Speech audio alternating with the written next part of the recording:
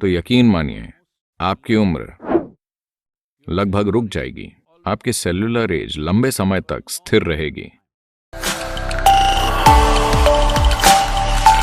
आज जैसे जैसे समाज ज्यादा से ज्यादा संपन्न हो रहे हैं, वो उतना ही बुरा खाना खा रहे हैं। भारत में गांव के लोग जिसे छूते भी नहीं हैं, बड़े शहरों में लोग वैसा खाना खा रहे हैं। वैसा भोजन यानी आज पश्चिमी समाज जो चीजें खा रहे हैं वो कम से कम 30 से 60 दिन पुरानी होती हैं। योग में भोजन को सात्विक, राजसिक या तामसिक मानते हैं। तमस यानी जड़ता। अगर आप तामसिक भोजन खाएंगे तो आप में जड़ता आ जाएगी। जड़ता का मतलब बस आलसी होना नहीं है। जड़ता यानी कुछ चीजें धीमी हो जाएंगी, यानी सिस्टम में पुनर्निर्माण जल्दी नहीं होगा।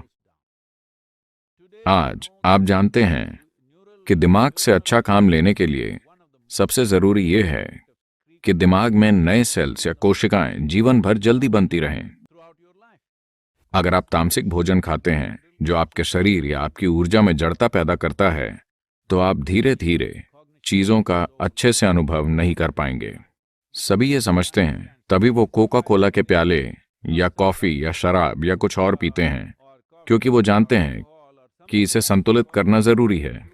तो ये संतुलन लाने का बचकाना तरीका है, यानी पहले गलत चीजें खाकर फिर उसे सही चीजों से ठीक करना। दुनिया में सबसे ज्यादा एंटासिड दवाइयां, दुनिया के लगभग 60% एंटासिड अमेरिका में बेचे जाते हैं, जहां दुनिया के सबसे अमीर लोग हैं। यानी वहां कई विकल्प हैं, वो बेहतरीन खाना खा सकते हैं, पर नहीं, वो सबसे खराब खा रहे हैं, क्योंकि कमर्शियल बिजनेस आपका भोजन तय कर रहे हैं। आप सचेत होकर कुछ नहीं खा रहे हैं। मान लीजिए लोग ताजा खाना खाने लगे। योग संस्कृति में अगर आप कुछ पकाते हैं तो उसे ज्यादा से ज्यादा 1.5 घंटे में खा लिया जाता है। 90 मिनट से पहले उसे खा लेना चाहिए। उसके बाद भोजन को नहीं छुआ जाता, क्योंकि उसमें तमस आने लगता है, यानी जड़ता होगी। आप प्रयोग करना चाहें तो कर सकते हैं।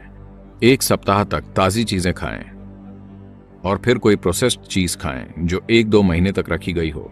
आप शरीर में सतर्कता का स्तर देखेंगे। आप इसे खुद अनुभव कर पाएंगे। ये सेल्स या कोशिकाओं में होता है। इसकी मूल चीज है। हम इसे ओजस कहते हैं। इसका कोई अंग्रेजी शब्द नहीं है। अगर आप काफी ओजस पैदा करें, जो कि आप शरीर में सतर्कता का स्तर देखेंगे, आप इसे खुद अनुभव कर पाएंगे। ये सेल्स या कोशिकाओं में होता है। इसकी मूल चीज है। हम इसे ओजस कहते हैं। इसका कोई अंग्रेजी शब्द नहीं है। अगर आप काफी ओजस पैदा करें, जो कि ऊर्जा का एक गैर भौतिक आयाम है, अगर आपके शरीर की हर कोशिका या सेल में ओजस हो, तो यकीन मानिए आपकी उम्र लगभग रुक जाएगी। आपकी सेल्यूलर एज लंबे समय तक स्थिर रहेगी। मुझ पर कुछ टेस्ट किए गए हैं और वो कह रहे हैं कि मेरी सेल्यूलर उम्र 25 है। वैसे मैं 25 की उम्र जैसा ही हूं। मैं उतनी ही गतिविधि कर रहा हूं, मेरा वजन उतना ही है, सब वही है। ये कोई चमत्कार नहीं है, सभी ऐसा कर सकते हैं, बस बुनियादी बातों पर ध्यान देना होगा। भोजन से एक और चीज जुड़ी है जिसे विरुद्ध आहार कहते हैं। यानी अगर आप एक चीज खाकर कुछ ऐसा खाते हैं जो उसके खिलाफ काम करता है, तो शरीर में जंग छिड़ जाएगी। पाचन प्रक्रिया काफी हद तक एसिड या एल्कलाइन जैसी चीजों से होती है। मान लीजिए आप फैट वाला मांस खाते हैं, तो मांस अकेला उतना नुकसान नहीं पहुंचाएगा, पर उसे चावल और घी यानी बिरयानी के साथ खाने में ज्यादा नुकसान होगा, क्योंकि ये दोनों चीजें एक दूसरे के खिलाफ हैं। इसी वजह से कोई भी मांसाहारी चीज और दूध या दूध से जुड़ा भोजन एक साथ नहीं खाते, क्योंकि उन्हें मिलाने से वो एक दूसरे के खिलाफ हो जाएंगे और आपके अंदर एक जंग पैदा कर देंगे। योग विज्ञान के हिसाब से भोजन पेट की थैली में 2.5 घंटे से ज्यादा नहीं रहना चाहिए। 2.5 घंटे में वो बाहर चला जाना चाहिए और पेट खाली हो जाना चाहिए। भूख नहीं लगेगी, पेट खाली रहेगा। ये अच्छा है। हम पेट को हमेशा खाली रखना चाहते हैं, क्योंकि तब हर चीज बेहतर काम करती है। और पेट की सेहत को आज बिल्कुल नजरअंदाज कर दिया गया है। अगर आप पेट को साफ नहीं रखते तो मन को संतुलित रखना बहुत मुश्किल है। तो आयुर्वेद और सिद्ध में अगर आपकी रातों की नींद डिस्टर्ब हो रही है, आपको कोई परेशानी है या कोई मानसिक समस्याएं हैं, तो सबसे पहले यह शुद्धिकरण किया जाता है।